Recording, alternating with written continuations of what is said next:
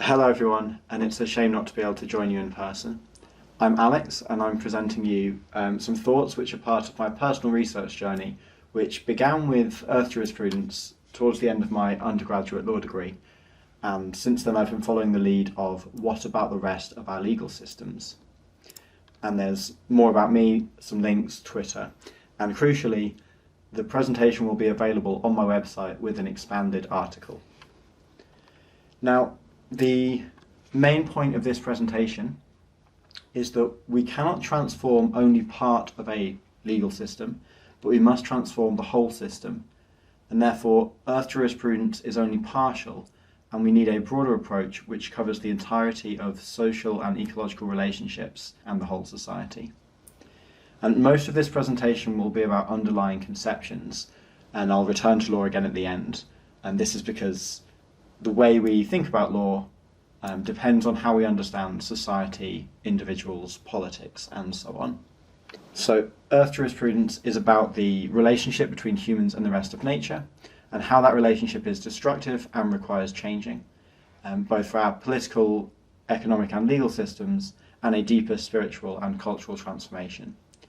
And my question after coming across it was, what does this mean for the rest of human activity? So I used to conceptualize it like this, between humans and nature, and then of course, once you realize humans are part of nature, a conceptualization looks like this, with humans within nature with relationships with nature. This is, I think, how Earth Jurisprudence would see it, but I was also interested in political theory and society aside from ecological issues, and in looking into this, I also came across some ideas which changed how I understand the whole conceptualization. And this is a paradigm shift that goes from an atomized or liberal conception of humans and society to a relational or holistic or systemic or networked conception. This is the atomized liberal conception, and primarily in this view, society is an aggregation of individuals. Humans exist as individuals who sometimes interact with other people, but are primarily individual, and law governs these interactions to secure individual freedom. Instead, we should understand humans and society as a web of social relations. So this is a diagram that might show something of the holistic approach, in which the relationships between people are just as important, perhaps more important, than the individual self. So the individual is interconnected and embedded instead of isolated, and humans are fundamentally social and constituted by our relations. Most of our day-to-day life ends up being a relational cause instead of an individual matter. Now, this conceptualization is just society without an ecological view, and we are interconnected with nature as well as with each other. And this is where I came to social ecology from Murray Bookchin and other people. And the core idea is that our ecological and our social relationships cannot be separated. And despite this being simple and obvious once we realize it, it's not the general view. We generally understand ourselves as separate from nature, higher or other, or however that is conceptualized.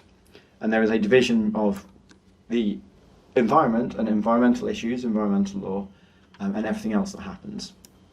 Instead, we must understand that we exist with a web of social and ecological relationships, or socio-ecological relationships.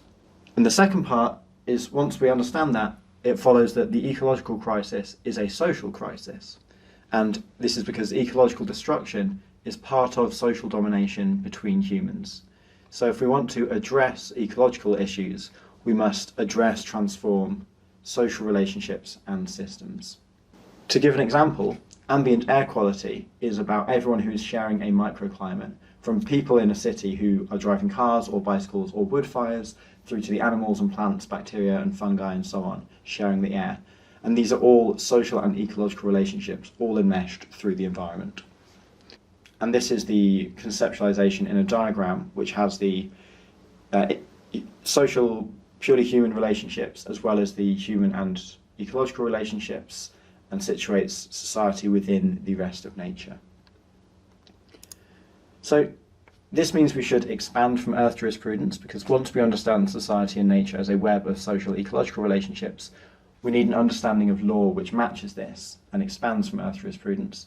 And I developed this into what I'm calling interconnected law, and it draws from 4 different things: Earth jurisprudence, which you know about, social ecology, which I've mentioned, and then the relational approach by Nadelsky, and the systems view from Capra and Luisi. More notes are in the expanded presentation on my website. So, looking at interconnected law in summary, humans are interconnected, not individual, as I just set out in the diagram, and law should be based on this idea of human society and nature. And then law is an important part of the web of relationships in our society. It can have a positive relationship with nurturing and empowering, or it can facilitate destructive relationships. And law's goal should therefore be to improve the web of relationships that we live in so that they are better, so that they are more just, harmonious and empowering. So that law is helping us work towards a better society as part of a whole Earth community. Not how do we govern, but how can we nurture, empower, protect and redirect. So I hope that was a useful presentation and gave an idea about expanding Earth jurisprudence. And as I said, this presentation and an expanded article is on my website, and you can contact me at alex@alexmay.co.uk. Thank you very much.